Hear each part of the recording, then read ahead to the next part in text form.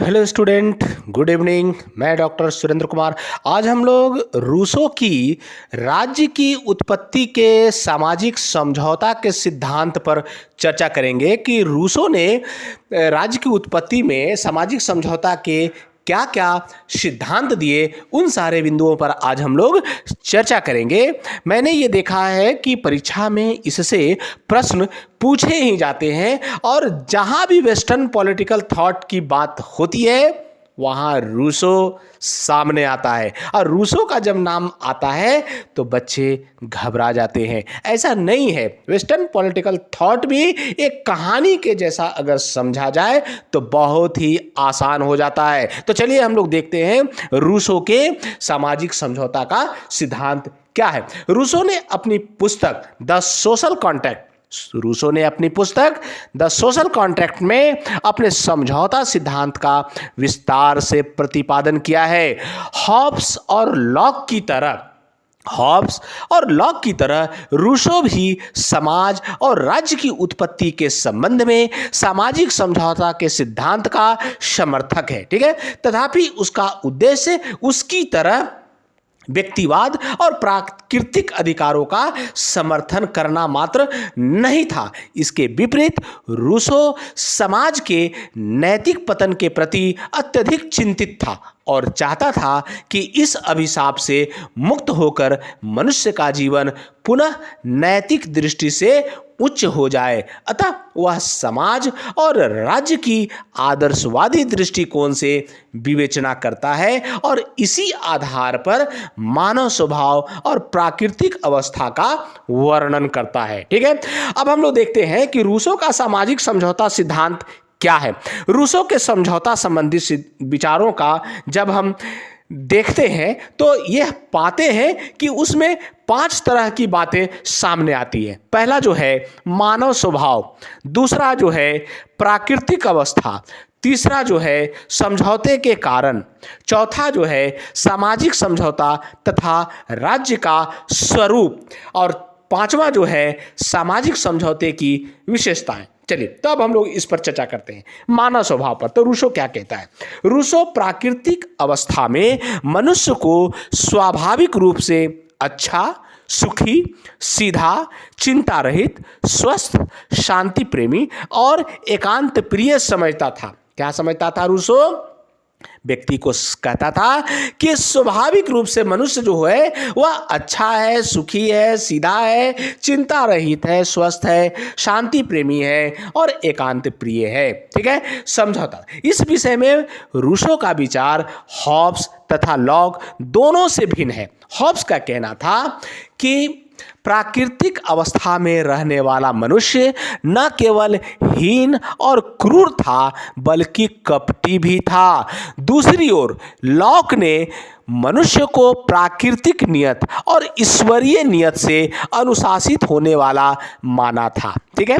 Rousseau प्राकृतिक दशा में नैतिकता के ऐसे उच्च विकास को भी असंभव मानता है, ठीक है। अतः दोनों के विचारों को गलत मानते हुए रूसो ने आदिम मनुष्य को पशु तुल्य, निष्पाप, निर्दोष तथा स्वाभाविक रूप से अच्छा मानता है, ठीक है। अब आ जाइए प्राकृतिक अवस्था पर रूसो के क्या कहा। रूसो के अनुसार प्राकृतिक अवस्था में मनुष्य प्रकृति की गोद में रहता था। मनुष्य कहाँ रहता था? प्रकृति की गोद में रहता था और उसका जीवन पशुओं जैसा एवं एकांकी था। वह अपना जीवन वनों में विचरण करके बिताता था और किसी व्यक्ति का कोई घर न था और न उसके कोई संपत्ति थी। मनुष्य अपनी प्रकृति की सादगी और सामर्थ्यता की भावना के साथ उसमें सादगी से रहता था, ठीक है। इस अवस्था में सब समान थे, सब बराबर थे तथा अपने अपने जीवन के स्वामी थे।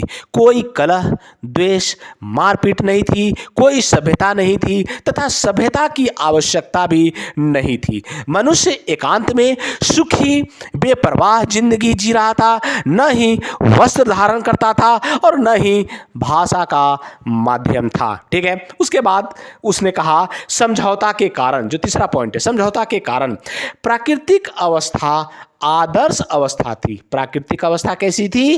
प्राकृतिक अवस्था आदर्श अवस्था थी, जहां मनुष्य एक मासूम, निर्दोष और निर्मल पक्षी की तरह प्राकृतिक सौंदर्य का आपका आनंद लेता था। ठीक है, स्वच्छंदता पूर्वक विहार करता हुआ मस्त जीवन व्यतीत करता था। उसे किसी प्रकार की चिंता नहीं थी। उसका जीवन शांतिपूर्ण और सुखी था। परंतु यह स्वर्णिम अवस्था अधिक दिनों तक कायम न रह सकी।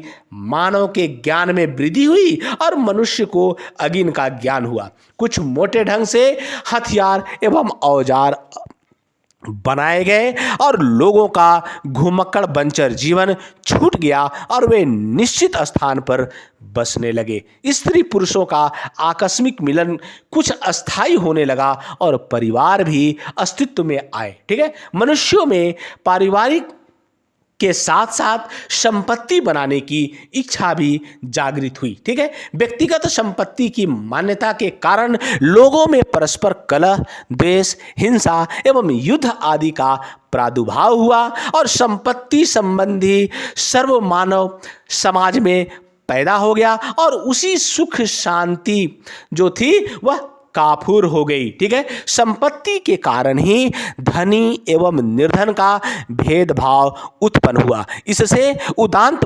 वनेचर की स्वाभाविक समानता, स्वतंत्रता समाप्त हो गई एवं दास प्रथा आदि बुराइयां उत्पन्न हुई। ठीक है, व्यक्तिगत संपत्ति ने प्राकृतिक अवस्था की शांति भंग करने एवं ऐसे सभ्य कहे जाने वाले समाज को जन्म दिया जिसने मनुष्य से मनुष्य की सादगी, ईमानदारी, समानता, परमार्थ की भावना छीनकर उसे इंसानियत का दुश्मन, संपत्ति का भूखा, स्वार्थी, घमंडी बना दिया। ठीक है, अतः सभ्यता, सभ्य समाज, विज्ञान, संपत्ति आदि मनुष्य की दुश्मन है। ठीक है, रूसो के अनुसार सभ्यता की वृद्धि के साथ दरिद्रता, शोषण, हत्या और बीमारी बढ़ती चली गई। युद्ध और तनाव ने मनुष्य को हिंसक बना दिया, जिससे समाज की वह दशा हो गई जो हॉब्स की प्राकृतिक अवस्था में थी। ठीक है, रूसो के शब्दों में समाज और राज्य का उदय ऐसा था जिसने गरीबों को नई जंजीरों में बांध दिया और अमीरों को नई शक्ति दे दी, जिसने प्राकृतिक स्वतंत्रता को बिल्कुल ही आपको नगण्य कर दिया गया। ठीक है, संपत्ति को, कानूनों को बनाकर असमानता को जन्म दिया और कुछ महत्वाकांक्षी व्यक्तियों के लाभ के लिए सारी मानवता का सदा के लिए मजदूरी, गुलामी और दयनीय स्थिति में ढकेल दिया। ठीक है, रूसो के अनुसार संपत्ति के प्रादुर्भाव से मनुष्य की स्वतंत्रता परतंत्रता में बदल गई, जिसको लक्ष्य करके वह कहता है कि मनुष्य उत्पन्न होता है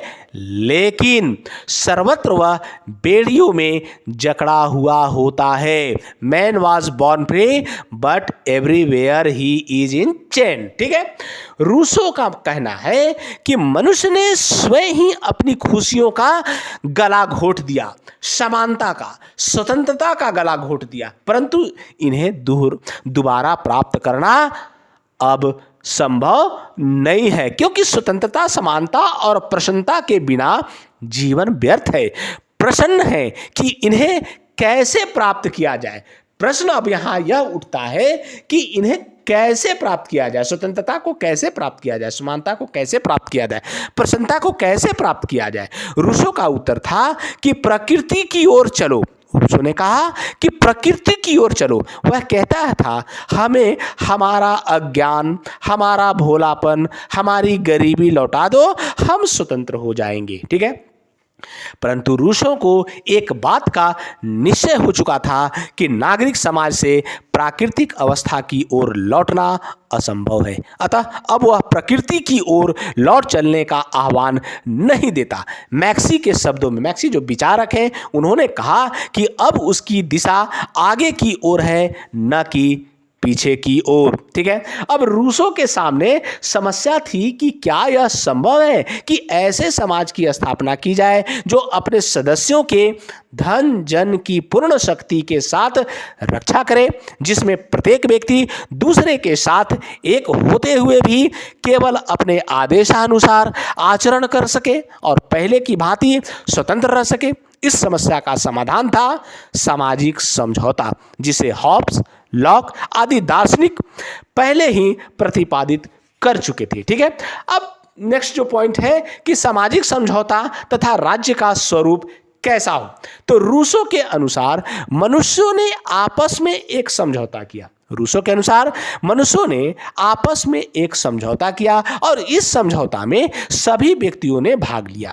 प्रत्येक व्यक्ति अपने अधिकारों को किसी व्यक्ति विशेष को अर्पित न कर संपूर्ण समाज को अर्पित करता है और इस प्रकार यह समझौता लोगों के निजी स्वभाव और सामूहिक स्वभाव के मध्य हुआ। ठीक है, समझौता करने वाले प्रत्येक व्यक्ति के व्यक्तित्व के स्थान पर सामूहिक बनाने की इस प्रक्रिया में एकदम एक नैतिक तथा सामूहिक निकाय का जन्म होता है, जो कि उतने ही सदस्यों से मिलकर बनता है जितने कि उसमें मत होते हैं, वोट होते हैं। ठीक है, समुदाय बनाने में इस कार्य से ही इस निकाय को अपनी एकता, अपनी सामान्य सत्ता, अपना जीवन तथा अपनी इच्छा प्राप्त होती है। समस्त व्यक्तियों के बने संगठन से बने हुए इस सार्वजनिक व्यक्ति को अपने नगर कहते थे, अब उसे गणराज्य कहते हैं। पहले क्या कहते थे?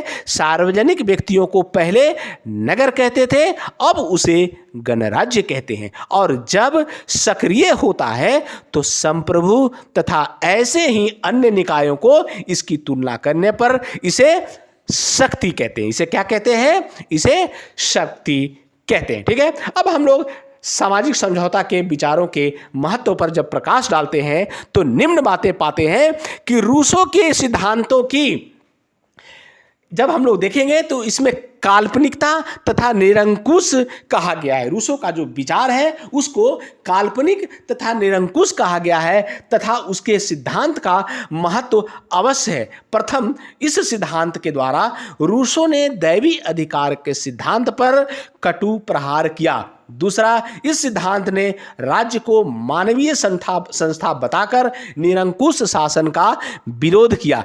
तीसरा, इस सिद्धांत ने इस बात पर जोर दिया कि राज्य और शासन का आधार जन सहमति है। और चौथा जो है, इसने लोकप्रिय संप्रभुता को सुदृढ़ बनाया। ठीक है, अब हम लोग थोड़ी सी बात ये देख लेते हैं कि सामाजिक समझौता का जब हम कुछ विश्लेषण करते हैं तो निम्न विशेषताएं हम लोग इसमें पाते हैं। क्या बात पाते हैं कि सामाजिक समझौते के अंतर्गत व्यक्ति अपनी संपूर्ण शक्ति एवं अपने अधिकारों को सबको समर्पित कर देता है। क्या करता है? वह सबको समर्पित कर देता है और इस समर्पण का आधार और शर्त है, ठीक है, समता, क्योंकि सभी व्यक्तियों ने समान रूप से अपने अधिकारों का समर्पण किया। ठीक है, समझौते की क्रिया के द्वारा अलग अलग व्यक्तियों के निजी व्यक्तित्व के स्थान पर एक सामूहिक व्यक्तित्व स्थापित होता है, जिसकी एक अलग एकता, पहचान, जीवन तथा इच्छा होती है। ठीक है, उसके बाद देखते हैं कि सामाजिक समझौते के परिणाम स्वरूप मनुष्य की परतंत्रता का अंत हो जाता है, वह वास्तविक रूप से स्वतंत्र हो जाता है और जीवन की एक निश्चय विधि से ढल जाता है। तो आज मैंने आपको रूसो के बारे में, सामाजिक समझौता के बारे में पूरा विस्तार से बताया है और मुझे आशा है कि आप लोग इसका उत्तर परीक्षा में बहुत ही अच्छे ढंग से लिख पाएंगे। थैंक यू, धन्यवाद।